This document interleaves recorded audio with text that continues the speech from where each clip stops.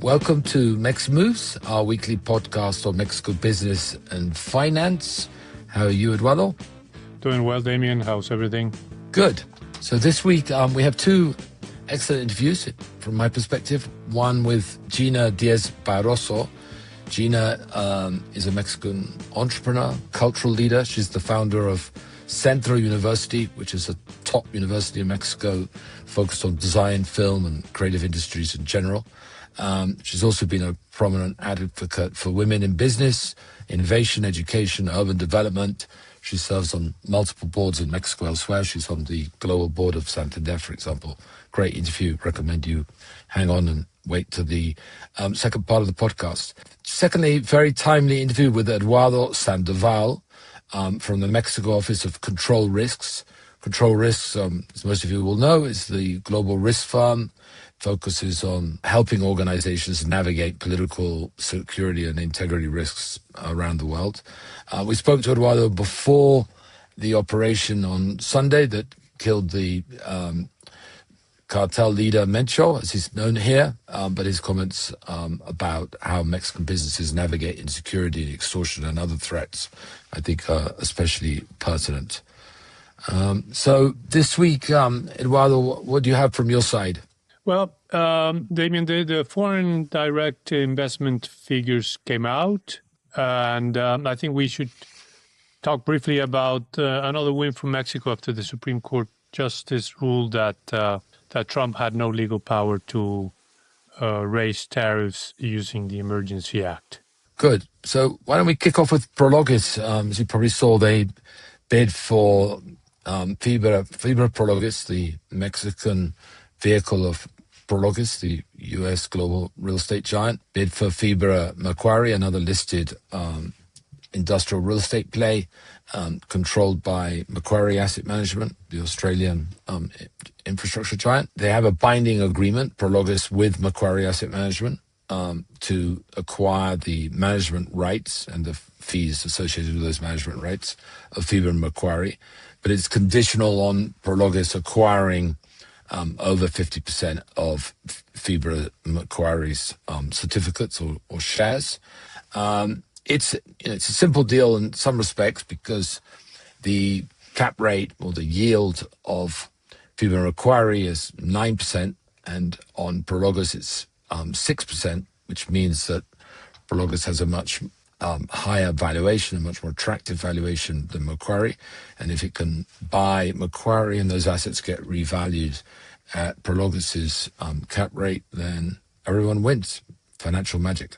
Now, it's obviously not as simple as that, because one of the reasons that Macquarie's assets are at a higher cap rate or a lower multiple is that they're not considered as good, their assets, as Prologis's, but it's only one of the reasons. The other reason is it's much smaller, and investors generally pay higher multiples or lower cap rates for bigger, more liquid companies. Also, Prologis has an excellent reputation with the market and with the Afores. Macquarie, going back a bit in history, had some issues in the past, and it's always slightly affected the stock price. So, as you may remember, Eduardo, Prologis bought Terrafina, another industrial Fibra REIT, a bit over a year ago. So it's becoming the consolidator in the industrial side. And I think, without having not been privy to any information, I think in general terms the market will be very receptive to this. If it happens, the combined portfolio will have an additional kind of northern exposure. More than 50% of the combined GLA will be in the north, with greater presence in Juarez, Monterrey, and Tijuana than Prologis currently has. So it also diversifies Prologis's portfolio. Some of the management fees will come down if this deal gets through.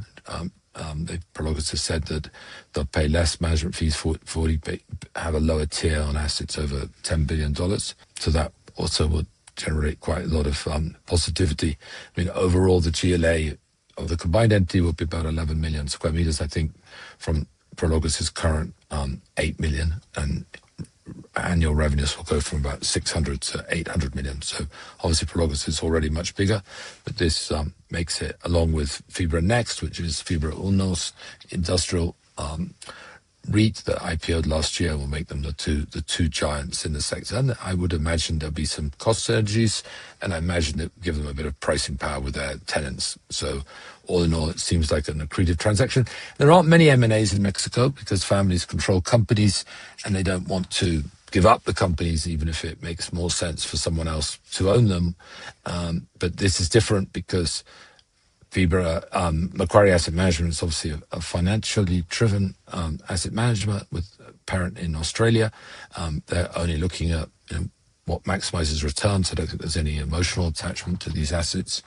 And the majority of the shares are owned by Mexico's pension funds or Afores, and they will also be driven by what has the best impact on their portfolio. So it's slightly easier to get these kind of deals through in this sector than in family-controlled sectors, let's say. You're totally right, Damien, and just the markets validated the thesis.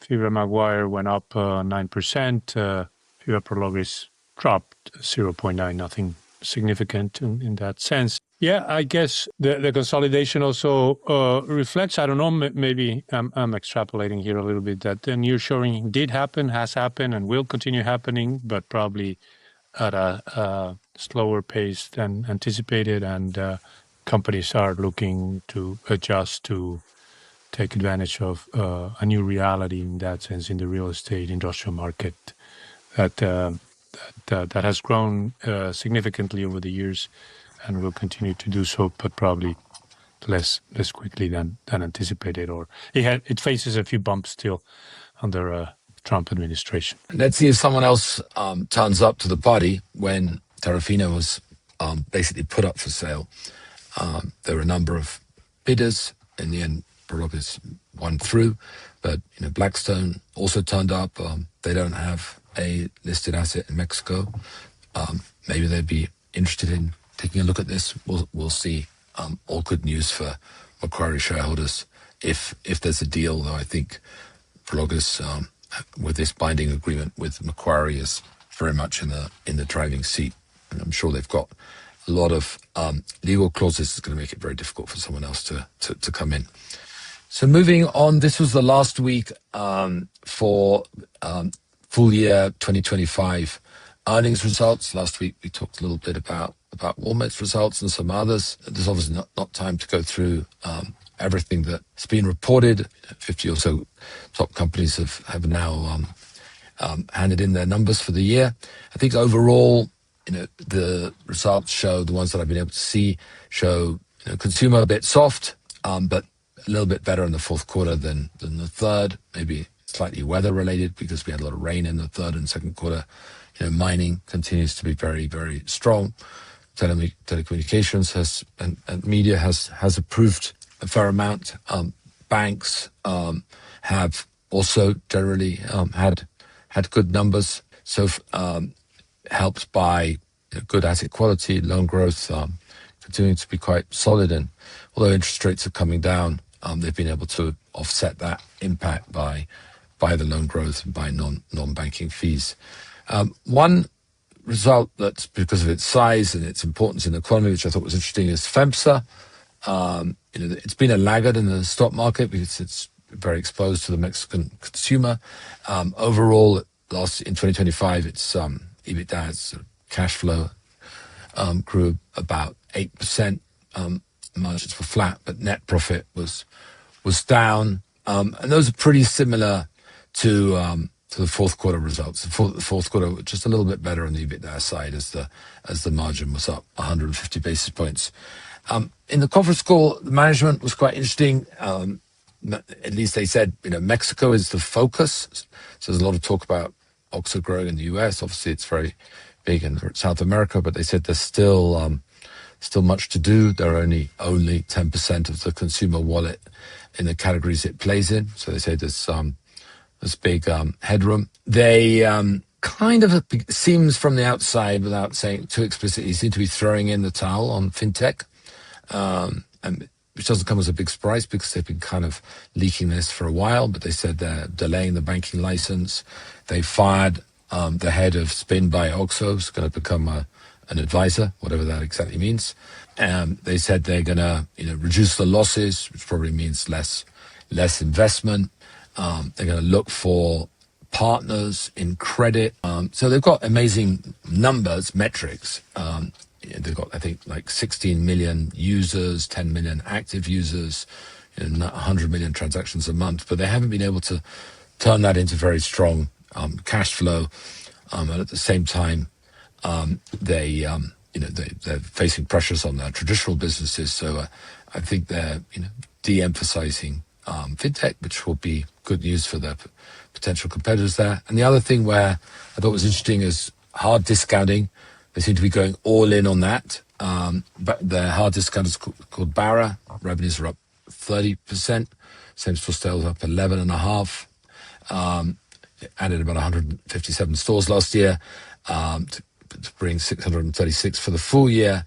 And they are expecting to grow store count by as much as 1/3, which is amazing if that happens. And they're clearly focusing on developing more of their private label, which is key to hard discounting working, and still much lower at Barra than it is elsewhere. But it's not easy to run a separate concept in a conglomerate like FEMSA, and we'll see if they're able to succeed. There isn't, as far as I could tell, the person who runs the division of Barra or oversees Barra also runs a bunch of other businesses, and then he reports to the CEO. So you also have at least 3 levels below the CEO. When you get to day-to-day decision making, that can obviously slow down decisions. Eduardo, what was your take on FEMSA? Well, I think, it's interesting is the first quarter of the new CEO, Jose Antonio Fernandez Garza Lagüera. I don't think he did that bad. We cannot judge people just on 4 months of performance. Like you said, the fourth quarter numbers were pretty similar, a little bit better than the annual numbers. So I guess he managed to stabilize things. I think the benefit of the doubt should be granted for him. I think the mention that the Barra is going to be getting more attention is from what we have explained here or talked about it many times about how other discount stores are really penetrating the market, and that Mexico's consumers are very price sensitive. So they are a giant. It's not easy to move a giant as it is to move a smaller player in the field. And the other thing is also, unfortunately, FEMSA's OXXOs were targeted quite heavily. I think that's because of their great presence that they have. They have 20,000 stores in these violence that erupted after the mental capture that you mentioned at the onset of the podcast. It's not the first time, but that shows you also how prevalent they are around the country. Everybody knows about OXXO. So it's I think it was 300 stores that got damaged. I don't know how much they suffered from these violent actions. But yeah, I think it's a big giant. It'll take time for them to move, but I think they're in the right direction. Yeah, I'm glad you brought up the stores because living in Mexico, I've received lots of calls from well-wishers asking if I'm okay after the violence over the weekend, and anyone listening, and fine. Mexico City is pretty much the same, or is the same for all the good and bad as it was a week ago. There was really very limited violence here, but the violence in Jalisco and neighboring areas was very much contained to a 24, 48-hour period. It isn't something that spread. There was deep concern, obviously, that it would spread beyond that, but it hasn't. And actually, in the conference call, FEMSA, said that about 90%, that at one point on the Sunday, as a sort of security protocol, they closed 6,000 stores, which is obviously, a huge number, maybe 25% of the total, but that 90% of those 6,000 were reopened. And at this point, only 300 stores remain closed, which is, about 1%, a little bit less, a bit more than 1% of their total stores, which is, if you, and also I think it's a pretty good kind of proxy for what's going on in Mexico because they're everywhere. So it sort of suggests that the security problems, which are obviously very distressing and worrying, are at this point contained, and only 1% of Oxxo's convenience stores are closed. And I noticed the American Embassy and the State Department have sort of lifted most of their kind of security stay-at-home guidelines as of Wednesday. So things have gone back to normal, and meanwhile, this drug kingpin has been taken out. We'll hear more about that in the podcast, not about Mencho, but about how Mexican businesses navigate insecurity. Mercado Libre also reported they're obviously very much LATAM based, with Brazil their biggest market.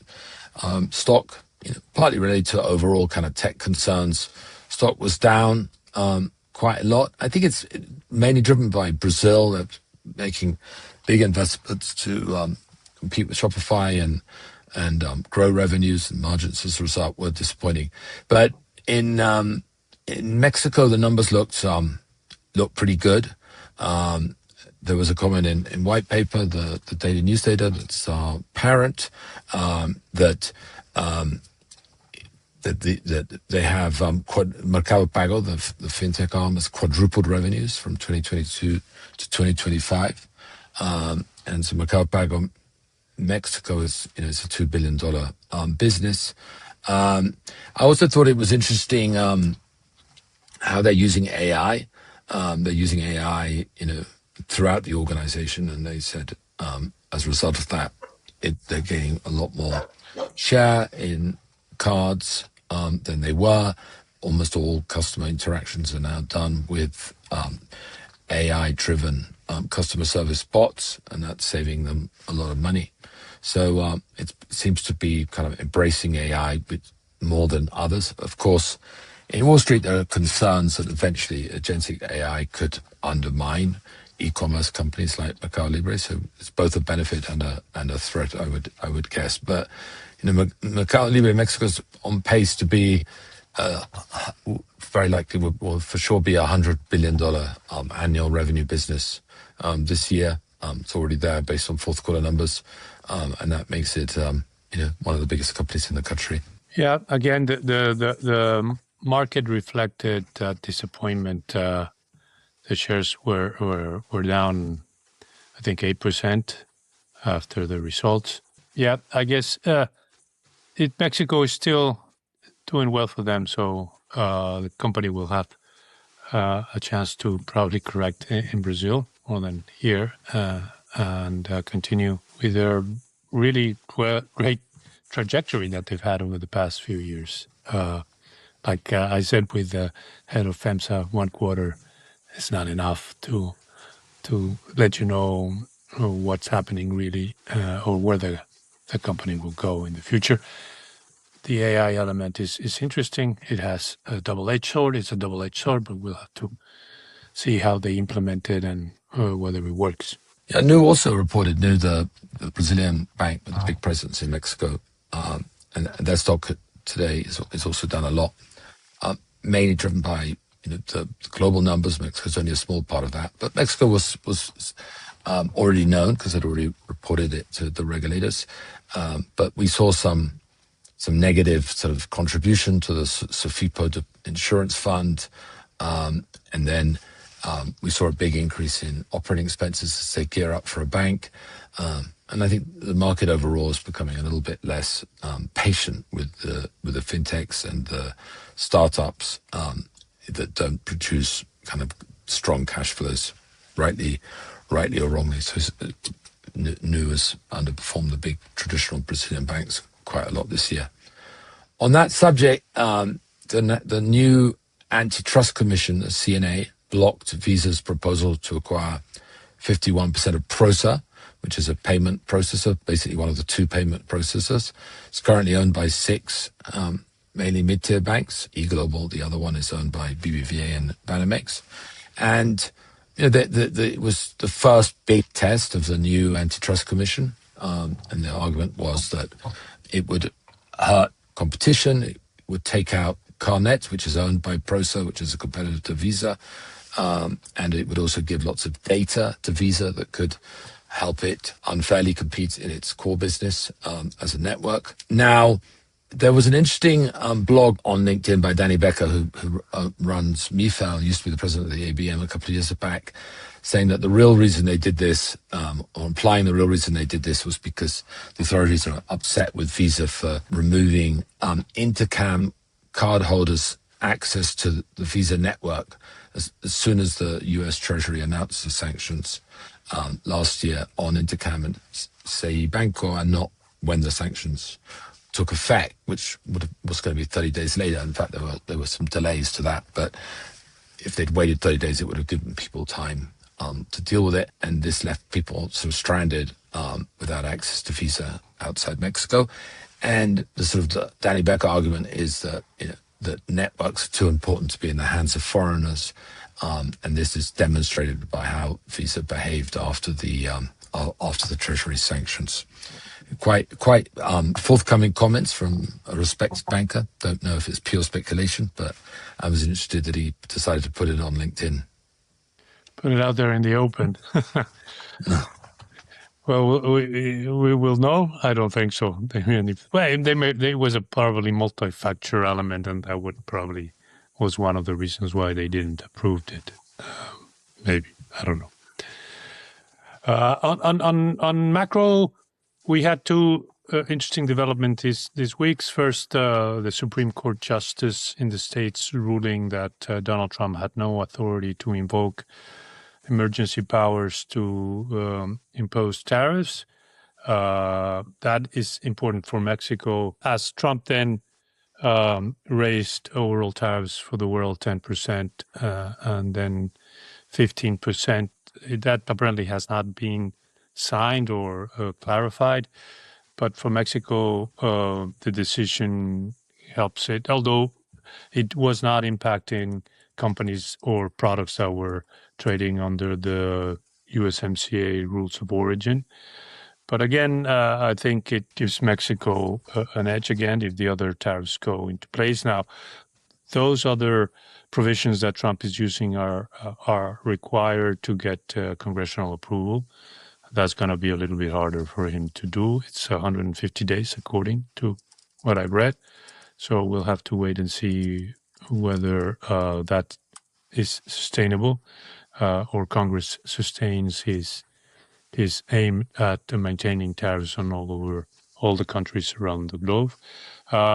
In Mexico, most products have, according to, I think, Marcelo Ebrard said that 85% of the products now have complied with USMCA. So, and we saw that in the figures of exports and imports that were released a few weeks ago, that Mexico is still growing, and that's an engine of growth that Mexico still maintains and hopefully will keep doing so. I don't know if you have any comments on that before I go into the foreign direct investment numbers, Amy. I mean, Mexico, in the short term, I guess you could say, is a relative winner in the sense that they're not going to be paying these extra tariffs or substitute tariffs.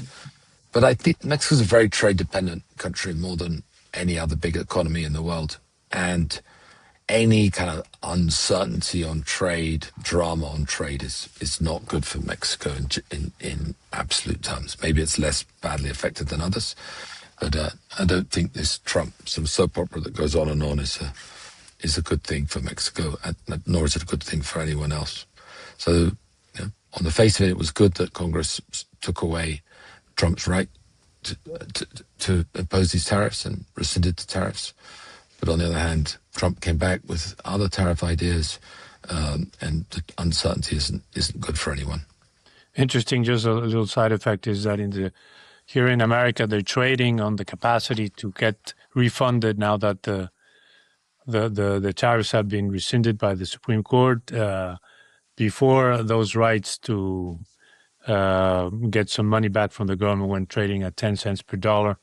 And as soon as the Supreme Court justice ruled, they went up to 40%. In other words, it's more likely that you'll get paid or get refunded for the tariffs that you paid that were illegal.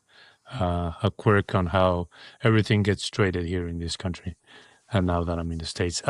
Moving to the foreign investment numbers, we had an overall very good year with Mexico receiving $40.8 billion in direct foreign investment. The last quarter was not that good because it dropped. In other words, money went out of the country, mainly between companies, and instead of reinvesting profits, foreign companies send the money back to the headquarters. Again, of the overall figure, that 40.8 million that Mexico got, I heard and I read that it was a record. According to my numbers, it's not a record. In 2013, Mexico got $48 billion, a little bit more. But the authorities said that it was a record. So maybe they revised those numbers from way back. In any case, of the total investment that Mexico received, 67.6% came from reinvestment of profits. 18.1% was new investment, and 14.3% was transactions between companies. Those on the new investment, that is the lowest percentage that Mexico, well, it's the second lowest that Mexico has had in, let me see, at least 15 years. So it's an indication that companies are still investing in the country, but it's not new companies that are coming to the country. Most of the foreign investment, it's from profits that are reinvested in the country, which is not bad, but not ideal either. So that's the status on the foreign investment. Damien, what do you make of it? I think investment is the big issue, both foreign and local. Overall investment was down last year in Mexico. I don't think this violence, even if it's been perhaps blown out of proportion by the international media, is gonna help. It's certainly gonna affect tourism in an important way. So I think that the government has to do more to attract investment, and it's not just Claudia Sheinbaum receiving CEOs in the morning press conference. It's about removing regulatory bottlenecks. It's about helping investment security, improving the legal system. The Copamex was very critical, and its press releases of the electoral reform that was unveiled this week, saying it's a bad time to do something like that, when what we need is more certainty. I think a lot of different things need to happen to get investment up. Without a doubt. I think that's the main element. The surroundings that are characterizing Mexico's macro picture needs to be, well, I wouldn't say completely changed, but needs to be adjusted to give investors greater confidence. Brilliant. So why don't we move to our interviews? We're very proud and honored to have Gina Diez Barroso in our Mex Moves podcast. Gina doesn't need any introduction, but as you all know, she chairs Diez Holdings, a real estate development and service company. She's also founder of CENTRO, Mexico's top design, film, and TV educational center, or should I say, all visual things and elements. And she's also head of Dali Empower, a ecosystem that helps developed women interested in business and other aspects of lives. Gina, thank you very much for being with us today. Oh, thank you. Thank you very much for having me. It's a pleasure to be with you. Thank you. Gina, you've worked across real estate, design, education, and leadership. When you look at all of it together, what's the common thread that you see in it? Oh, I think that first of all, the common thread is impact. I do think that the common thread is impact. And I think that impact and creativity, that's basically what I try to do when I build companies, and companies that last, that last and that leave a legacy. So I do think that that's basically what I try to do. I'm always thinking in looking at the world and looking at things that I don't believe that work well, and I try to make things that work in a better way. And I think they all work together in a common thread. They do work well, they do work better, and they last. And I think to me that's an important thing that I do in everything that I do in life. But you also have impact or try to have impact globally. Am I right to say that? Definitely. In everything that I do, I believe that now more than ever, the world doesn't have borders or shouldn't have borders. And anything that I do has to impact worldwide. And I think that regardless of where you're born, what you believe in, the world that you live in, or the nationality that you have, I create things that are for every person and for everybody. So I do everything worldwide. And in particularly from your life history is design and creativity, as you mentioned before. Am I right to say that those are the elements that inspire you the most?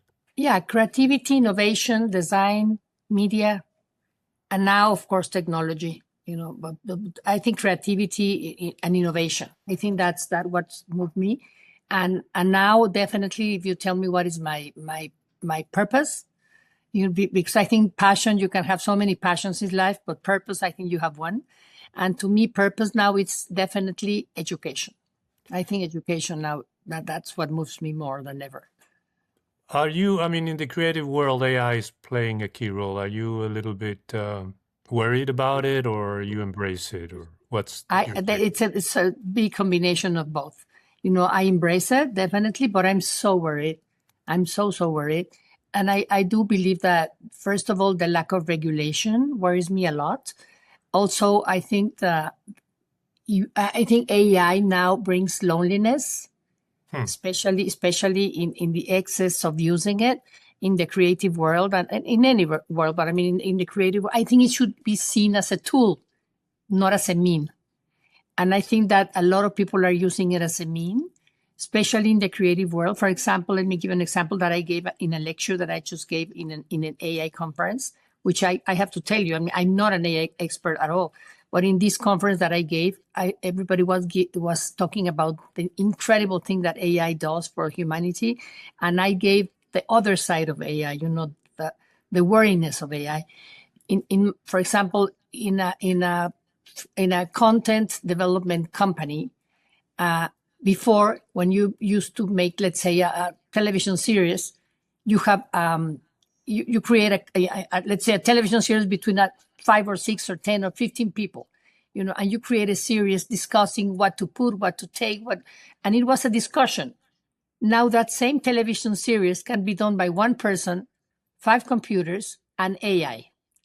The result can be good, but the end, it's a one-person lonely job. So it becomes so lonely, that at the end, you go to your house, you're alone, and then you want to talk to who? ChatGPT? That's your friend? That's your person? That's your feedback? And that, at the end, becomes a mental health issue.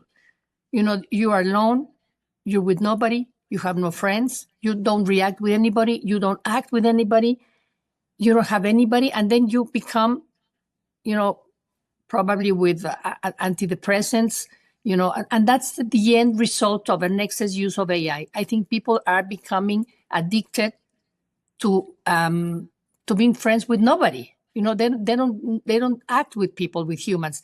And I am very concerned that we have to be more humans than ever. So that's my concern with AI, especially in the university area, that I'm involved in. I think that the young generation needs to be more human than ever. And we as professors, our leaders, as role models, need to teach them how to be human. Gina, talking about the university and Centro, I'd love to hear how Centro began. What was your what was the moment when you said to yourself, something like Centro needs to exist? Why weren't other universities in Mexico fulfilling that need? Yeah, well, I was concerned about how creativity was being taught.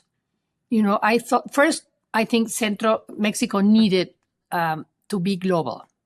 Mexico needed to be in a global world as far as creativity was concerned. We had the main ingredient, which was the Mexican mind. I think Mexicans are creative by nature. And I was very, very concerned how creativity was being taught in the world, not in Mexico, Damien. I think, if you go to the best creative university in the world, they teach you the right side of the brain, which you already have it. You are a creative person. So they really reinforce your right side of the brain, and they forget that you have a left side of the brain. And then, of course, you become an amazing creative person that probably you don't know how to make a business. And I always was wondering, why don't they interconnect the two sides of the brain to make an amazing creative person that knows how to do an amazing business and really becomes a creative economy? So I looked all over the world, actually, and I didn't see any university that was really, really interconnecting the two sides of the brain. So I said, this is needed. In the beginning, when I thought I was going to give my mind, my money and my time in an educational project, I didn't find one. So I said, I need to build one. So that's when I decided to build Centro. Centro is a very unique model that connects the right and the left side of the brain. So we teach, obviously, an amazing creative program, but we also teach 1,100 more hours in the 4-year degree that is business, entrepreneurship, and how to become a business person in whatever you want to choose in the creative degrees. So once a person graduates from Centro, they understand how to pitch a company, how to read a financial statement, how to understand how to run a business, and how to be the owner of your own business, or how to work in a company as in the business world, in a creative side. So that was what I thought it was missing in the creative world. And I was very frustrated to see how when a student wanted to study any in the creative careers, they would go to their parents and they would say, I want to, let's say, be a film student. The first thing they would hear from the parents say, you're going to starve to death, Honestly, you have to be a lawyer, or you have to be an accountant, you have to be a doctor. And the same if you want to be anything related to the creative world.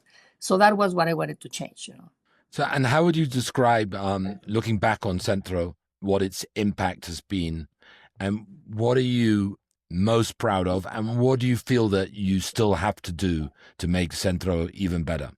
Well, we are proud of, first of all, of the students that have graduated. They all have a job. They all are breaking the molds. They all are in the world. They're not in Mexico. They are in the world, making a change, a real change in what's happening in the creative world, innovating, working for the most amazing companies. One of the things that Centro has that I didn't tell you is that we have 550 professors from 26 nationalities. None of the professors are full-time. All of the professors are business people in their field. Because I believe that if somebody's teaching you, you want to be like the person that is teaching you. So if somebody's teaching you entrepreneurship and he has never done a business in his life, you don't want to be like this person. You want to be like somebody that is really have done an amazing job in what he's teaching you. So what do I have to, what is missing in Centro now, as you asked, Damien? I think what is missing is going to the different parts. We're thinking in opening Centro in other parts of the world. I don't believe in opening more centros in Mexico, as there are no more MITs or Harvard or Yale or Stanfords in the United States. I believe that we should open centro in other parts of the world. I believe that we should open more degrees, I think, but we're expanding. We're thinking in expanding. We just did a joint venture with a group of a very big, important group, Galileo it's called. They have 100 universities in several countries. So we are going to expand with them. So that's something that really makes me very happy, because they were very eager to own part of Centro. So I think that is something that it's missing, and we are achieving it definitely. We're building housing. That's something interesting for Mexico because, we have a lot of students from outside of Mexico, and it's very comfortable for them to have housing inside the university. It's inside the university, which is pretty good. And with the tie-up with Galileo, are they equity holders now in Centro? They are equity holders. And when you grow outside Mexico, will Galileo control the business, or will you control the business? How's it going to work? Now I control the business in Mexico, and we'll probably be partners. I don't know the percentages, but I mean, I'm definitely going to be very, very much involved in decision making, and also in what we are going to. In the creative side of Galileo, I'm pretty much a controlling side. Obviously, Centro, like any private university in Mexico, is quite expensive for the average Mexican. And clearly social mobility in Mexico, as it is in much of the developing world, is a critical issue. What are you doing to encourage more social mobility and make Centro more accessible to the average Mexican? We have an amazing, I'm so glad you asked me this, Damien. We have 50% of the students on scholarship by us, not by the endowment. We have zero endowment. And let me tell you why we have zero endowment. It's on purpose. It's not because nobody wants to give us. It's because we don't want to take it. And it is because when I started that I wanted to build Centro, it was because we went to interview. I wanted to see the 10 best universities in the world, and I wanted to meet with the presidents of these 10 universities. And I said, I want to meet with these presidents for 5 minutes, literally. I don't want to talk to the provost. I don't want to talk to anybody but the presidents of these universities. And the only question that I asked them was, if you were to change, add, subtract one thing from your curricula or from your university, what would that be? And 8 out of 10 said, get rid of bureaucracy. Bureaucracy, to me, is the killer of any innovation, is the killer of creativity, is the killer of anything that you want to do in life. And to me, if big endowments control what you want to do, if I'm going to give you $500 million or whatever, $100 million, I want to know what you're going to do with my money. So we decided to make a business model out of Centro to be not dependable on the tuitions. In the United States, tuition is very dependable on tuitions. So we created a business model that is not dependable on tuitions. So we can give 50% of the students with financial help from other side of the business. So we have 3,000 students. 1,500 have financial help. We built a very difficult admission test, 3-day admission test. So it's the most difficult university to get in, but it's more difficult to get out. Nobody gets out. So if you are able to pass the test, we don't care how much money you have. We don't care about your social background, your economic social background. You are in. So you have no idea, that is one of my greatest achievements, because not only they get in, they mix socially with whoever. I mean, it's maybe because they're creative, and you know how creative students are. They don't care about anything. So they really mix with whoever they are there. If they have money, they don't have money. If they are, sexual preference, if they don't care. They are so integrated with each other. That is the greatest mix of people in any university of Mexico. And so that's one social mobility. The other social mobility, Centro is the only university that started in every single building as a LEED Platinum building. Not only core and shell, inside and out. So every single thing is LEED Platinum. And not because I wanted to charge more tuition, as you know. It's because I wanted to lead by example. I wanted to teach every single student that the planet needs our commitments. So having said that, they became so committed to help and to be literally, committed to sustainability, which that again, it's very important. But I also believe, being a real estate developer prior to the education person, that you don't know, if you want to build anything sustainable, you not only have to build a building, you have to also impact the community. At Centro, we are in a very complicated community. We are in a community that is a dangerous community because they are poor, very, very, very poor. So I said, we have to change the way they live. We have to help these people. And it's dangerous because they are poor, not because they're bad. They need an opportunity. So when I was building, there were the American British Cowdrey Hospital, the American School, and several other very good schools there. And they said, I'm so happy you're coming, Gina. We should increase security. And I said, I'm not increasing any policeman here. What I'm going to do is giving opportunity to these people.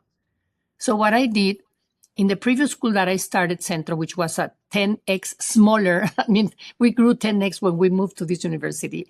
So I fired all of the companies that were doing my maintenance, my food, my cleaning, my everything. And I hired and I trained 300 of the most dangerous neighbors that we had. I trained them as lead gardeners, as cooking, maintenance, cleaning, bathroom people, everything. And I brought them to Centro. We gave them T-shirts that said hashtag I am Centro. So they became part of the university. Because obviously the neighborhood was there before Centro. So we didn't want to invade their neighborhood. We wanted to make them grow with Centro. And to their wives, we taught them a course of fashion and textile, and we made them have a little business, which was yoga mats. So they were able to sell their yoga mats and increase their income. So now they adore us because we are part of their community and they are part of Centro. So that is the mobility that we believe is interesting and important. When you do something, you have to do a 360 impact on wherever you are. So it's not only for the students that have money, it's for anybody that wants to become somebody in the creative world. That's very impressive. Thank you for sharing that, and congratulations. One other area of mobility, I guess, would be gender equality and mobility. And Mexico, and you've been very prominent in promoting women in business, as Eduardo mentioned. Mexico has many fewer female CEOs than even comparable countries like Colombia, Brazil, Argentina. Many fewer women board members than the developed world, but also much of the Latin American world. Why do you think Mexico is a relative laggard in business? Clearly not in politics. We have a women president, as we know. And what do you think needs to happen to get women in more senior roles in companies? Should we get the government to mandate quotas, or should education change? What's your recipe for changing the status quo? I think that there's a combination of things. One, obviously, the president is helping. It's amazing what she's doing, and she's requesting firmly for companies to do so. But another thing, in my opinion, is culture and education from the beginning. When we say empowerment, when we say I need empowerment, women come to me and said, I need you to empower me. And I always tell them, who took the power away from you? If you tell me who took the power away from you, I can maybe try to get back. Nobody takes the power away from anybody. I think women, especially in Latin American countries and also in the United States, believe it or not, they don't believe they can make it. Women have this issue of not believing in themselves. So when I started doing Dalia 8 years ago, all of what I do in Dalia is zero academic. What we do in Dalia, we work with psychologists, psychiatrists, and it's very difficult to say this word, but take it the right way. Like mind hackers. Well, it's not really mind hackers because we don't hack anybody's mind. But we try to work with people that change the way you think about yourself. And once you become a power person, that you own your power, you can do anything you want, and fight for your space, fight for that place. Because many men want to help women. and want to give that space to women. But, you know, more women graduate than men in universities. And if you see the pyramid in the USA also gets smaller. I've talked to MIT, Harvard, Yale, Stanford, London Business School, London School of Economics, women in MIT, women in, you know, MBAs, women in PhD, and they disappear. And it ends up in 22%, 21%. Where are the rest of the women? And I'm talking about leadership positions, not only board positions, leadership positions. You know, so in one thing that we have to do, obviously, is fight for their spaces. But another thing is to make them believe they can reach those spaces. You know, women need to believe that they can do whatever they want. If they want to be a CEO, if they want to be an astronaut, if they want to be an engineer, or if they want to be a housewife, it has to be their own decision, nobody else's decision. So once they own that power, they can jump any stone in their road, because the path they walk can never be really, really, really flat. You know, we have always encountered stones and, you know, difficult things in our lives. But if we have the power to jump them, nobody can stop us. But the problem is that we don't fight for those spaces. You know, and in Mexico, Mexico is worse, because Mexico, we have the two difficulties. One is our own beliefs of culture and things of our parents and grandfathers and things that, you know, we are much more behind the United States. But then the other problem is that we don't believe in ourselves, you know. And the third problem is that there's still this, like the Barbie movie, you know, this board rooms. Can you believe that 80% of the purchasing power is done by women? And there are still boardrooms of manufacturing of female clothing, all men. Female clothing, or even female cosmetics, or even, you know, baby things. And it's 12 men around the table. So those are the things that we're fighting for. I don't believe in quotas that much, because I think that meritocracy has to talk for itself. You know, we are capable of doing it, but I think we have to go from training to believing in ourselves to, like the president. You know, I'm on the board of the Mexican Stock Exchange, and the president the other day said that all the public companies in the stock exchange needs to have 35% women. It's not a quota, but it's a very strong suggestion coming from the president of Mexico. So if you don't have it, it's not only that the results are going to be worse, it's only your reputation is going to be really bad. Nobody's going to want to work with somebody that doesn't have, you know, a real, you know, quota, a real position on female representation. So I think that is changing, and that has to change. But women have to work on the way we think about what we can achieve. So Gina, Diez company, your lighting company, it's gone ballistic. Why do you think it's been so successful? Tell us, just give us some key numbers on how you've grown and what your products are, and then tell us why you think it's been so successful. Yes, of course. You know, Diez, I mean, we're not a lighting company. We literally illuminate every single, you know, hospitality in Mexico has grown enormously, hospitality and tourism. And we are in charge of every single hotel project, every single hospitality project in Mexico. We design, we export, we import, we represent. We do private label for companies in Mexico and the United States and Europe. We represent all of the luxury brands from Europe and from Japan, from different parts, and we bring them to Mexico. And it has been an enormous success in Milan. In the Milan, you know, Salone de Mobile, we are like the top exhibitors of lighting, and it has never Mexico been the window of light in all of these international fairs. In the last 5 years, we've quadrupled our invoicing. You know, we are literally in these last 2 weeks. We are in the top magazines, in wallpaper, in all of the different books, and in the Wall Street we were also mentioned.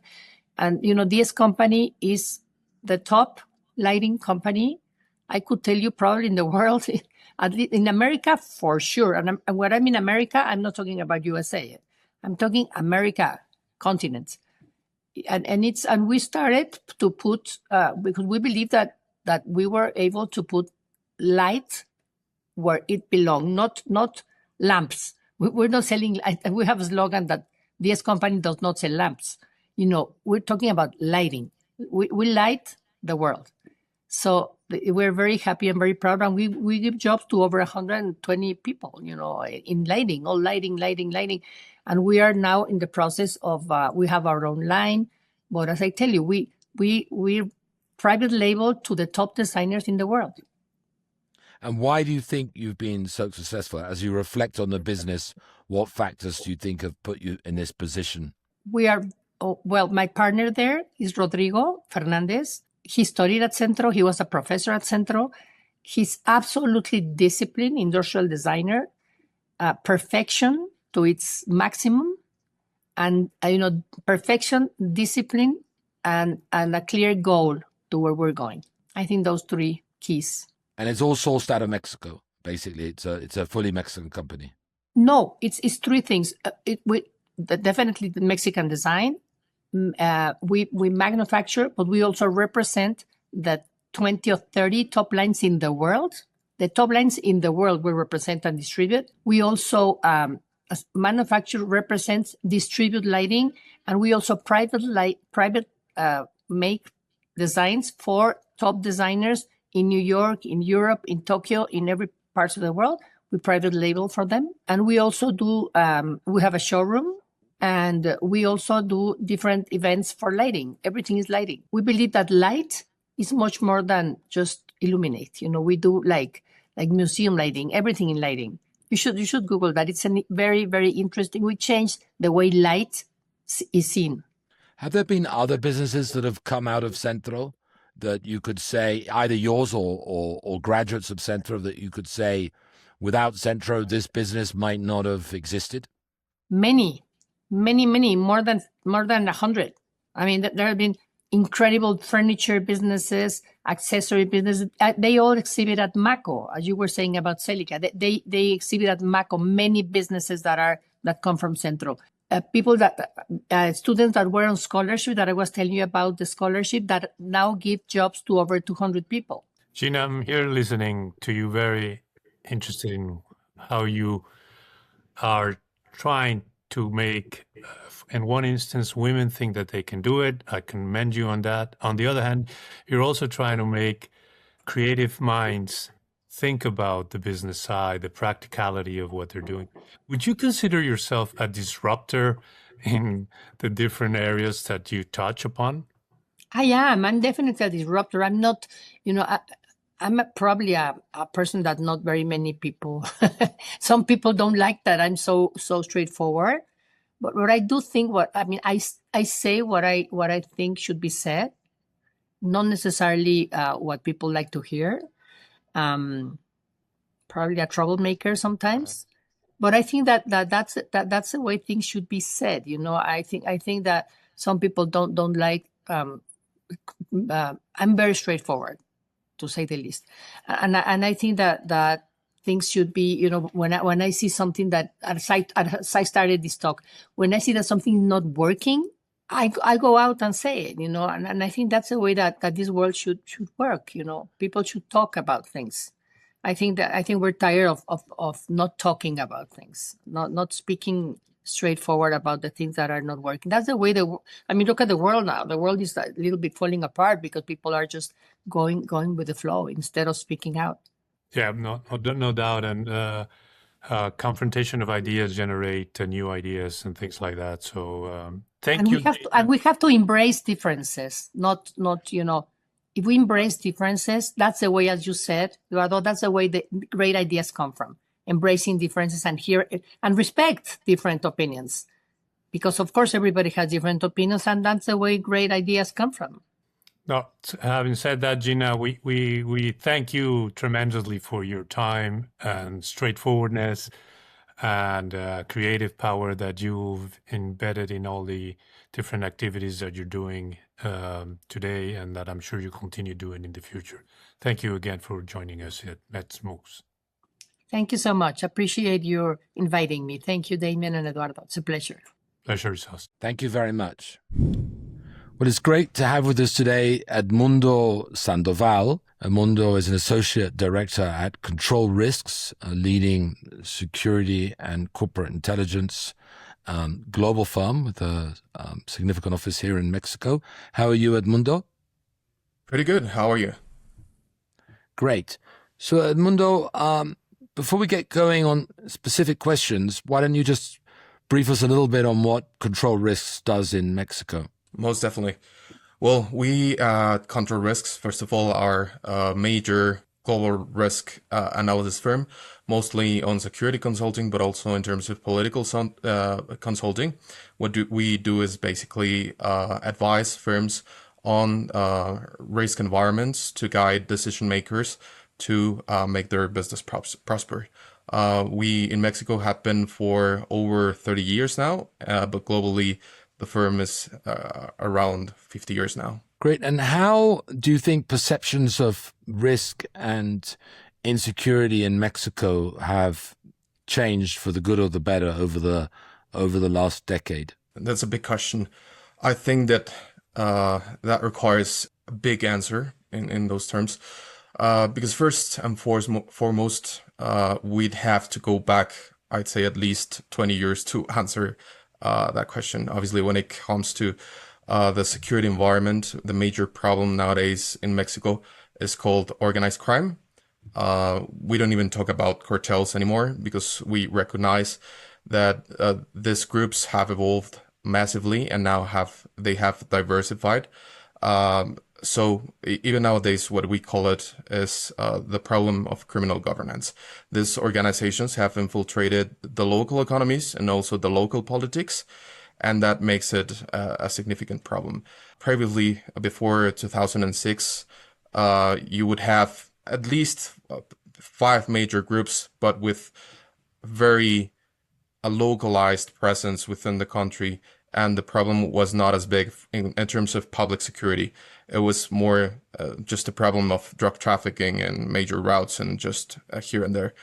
But after the war on drugs in the Calderon administration, and then a sort of acquiescence during Peña Nieto and also during the López Obrador administration, the problem has increased greatly. And the major dynamic has been the expansion of these groups, not only when it comes to their illicit economies, but also within formal economies, penetrating within the local supply chains.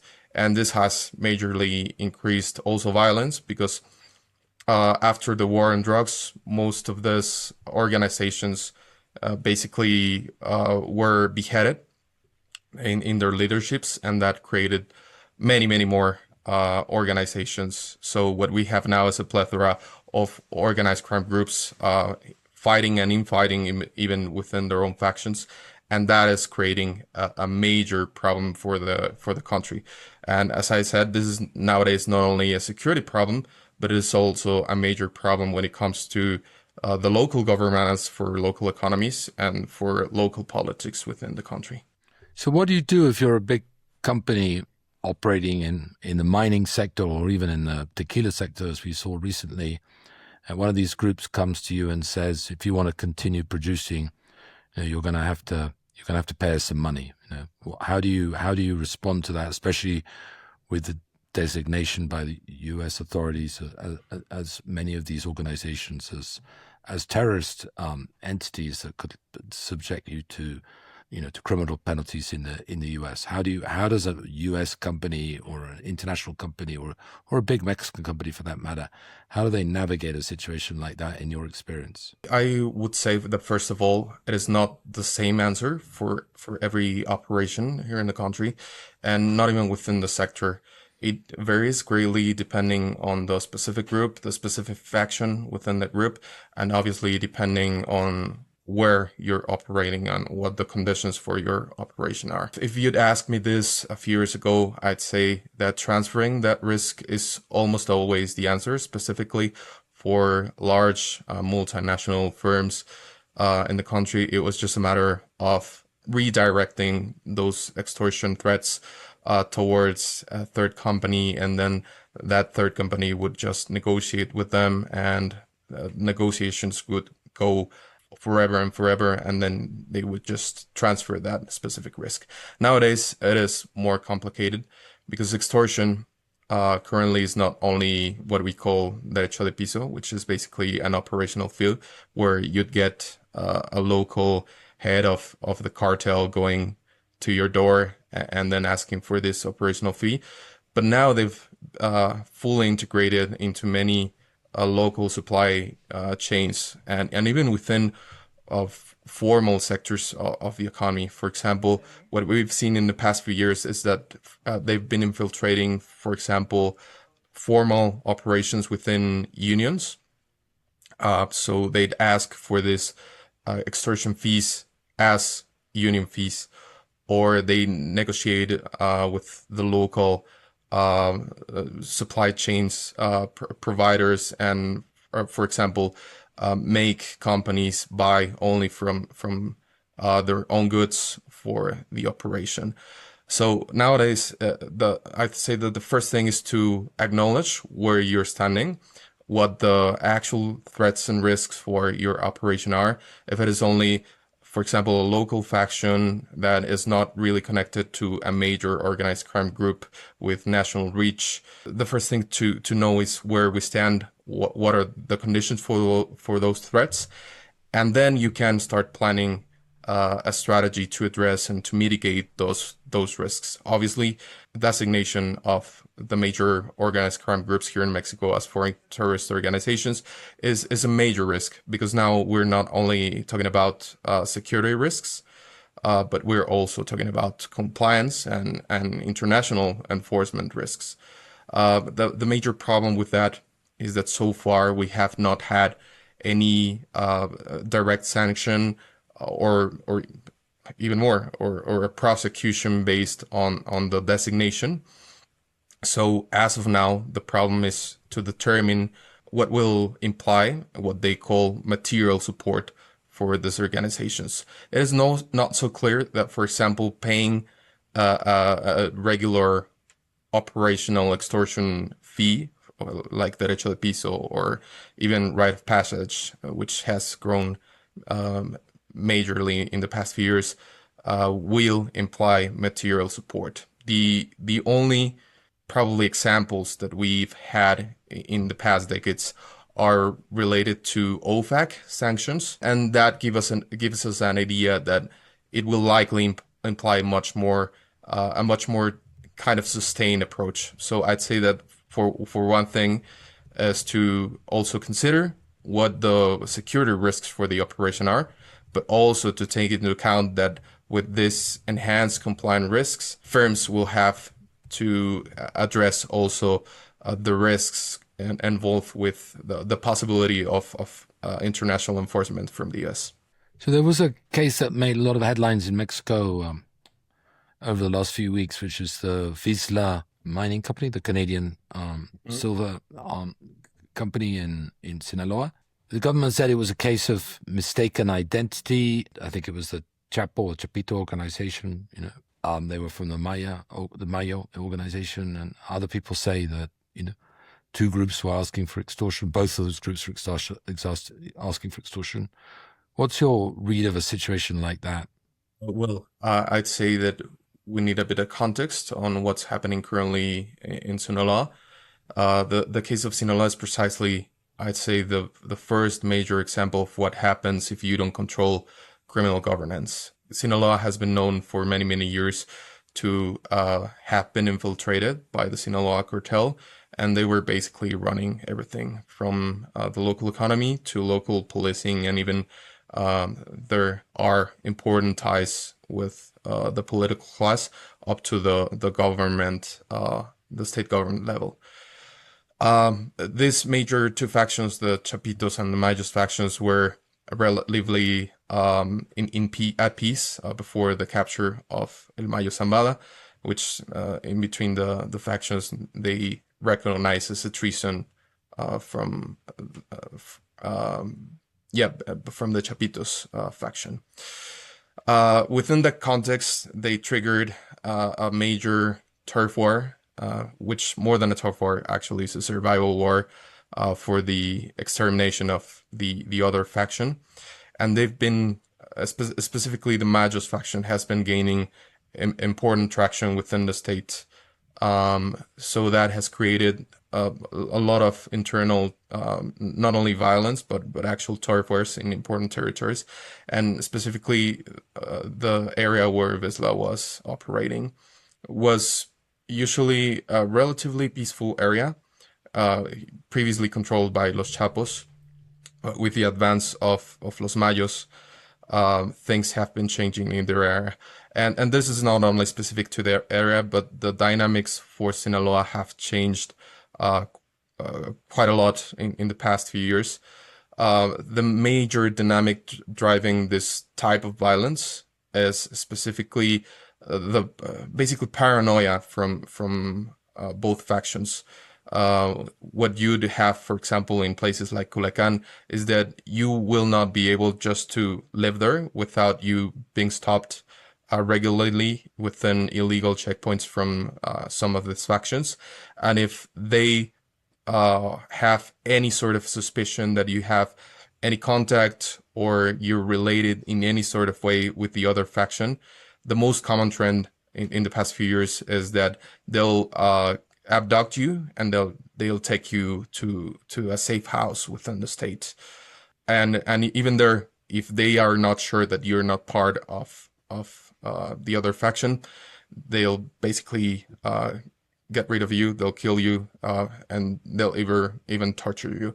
It's a very gruesome image, but that's the most likely scenario of this operation. I don't think that the federal government is utterly lying to us when they are saying that basically these mining personnel were confused as part of a faction in war, because this is a very common dynamic. It's just the framing which is not actually right.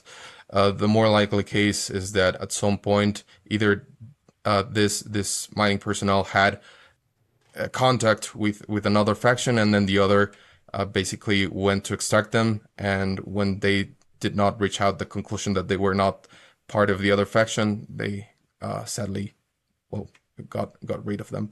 And this is the major problem for companies operating in rural areas and in specifically in areas where criminal governance has advanced at those levels. These organizations are capable of doing anything and basically at any cost. So as I said, nowadays is not only a security problem, but also a problem in terms of governance. And definitely this will continue to be the case in places like Sinaloa for the next few years. And how can a company like Control Risk or another security company, how can you help a company try to be perhaps as specific as possible, kind of navigate these risks and avoid their miners being captured in this way, or still being able to work in a productive fashion without supporting organized crime, which obviously don't want to do? Yeah, as I said previously, the first thing is to have an accurate panorama of where we are standing. The security landscape, and specifically the organized crime group landscape within the country, has changed majorly, precisely because of the infighting between the factions of the Sinaloa cartel. So recognizing that probably the factions or the groups that have operated for many years within the areas where we are now operating have changed, or their dynamics have changed, is important. So having, first of all, a good sector-specific threat assessment and country risk assessment is key for any operation nowadays. Based on that, companies will have to make the proper risk assessment for their own operations, and then you can lay out a strategy either to have preventative measures against this crime groups, or just pass on to mitigation strategies. We've actually been supporting many companies within even Sinaloa, and what we've seen is that the major problem is nowadays not only the fact that you already have a threat and a risk assessment for your operation, but that decision makers need to realize that the critical decisions for security are now also regulated by really time-sensitive decisions. So it is also something to take into account that you not only need to carry out this assessments, but also the decisions that you need to take in most cases are time-sensitive, and that they need to be taken right away and with the proper consideration. I'd say that for many companies that are not as experienced within the Mexican landscape, cooperation with the security forces within the area is the only thing that they need. But in the case of Mexico, that's not a reality.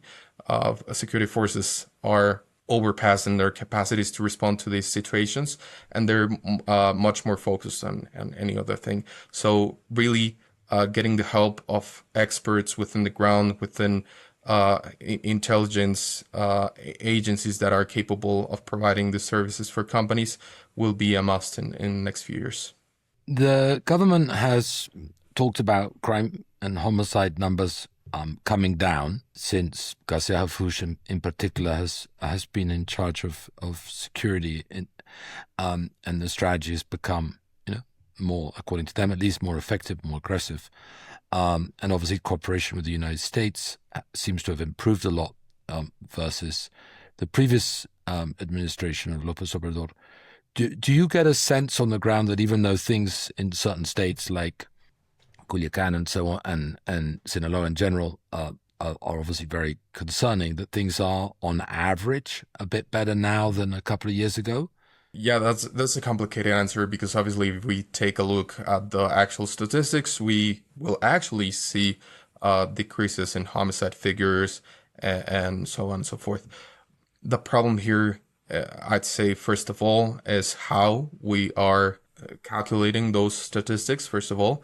And this has been a trend for, I'd say, the past 5 years now, is that official statistics in Mexico have drastically changed in their methodology. So, for example, the first major change that we had in terms of statistics a few years ago was that any disappearance, so if you didn't have a body within an investigation file, it was considered not a homicide, but a quote-unquote disappearance. So that inherently reduced the amount of reported homicides that we had in the country. Even within the last of President López Obrador, within his last year, the person in charge of reporting disappearances and reporting statistics to the national statistical system in terms of security quitted her job, and she actually said that she was threatened by President López Obrador to not report statistics accurately. That was a problem, was mostly seen within the previous administration. It has not been as drastic within this administration.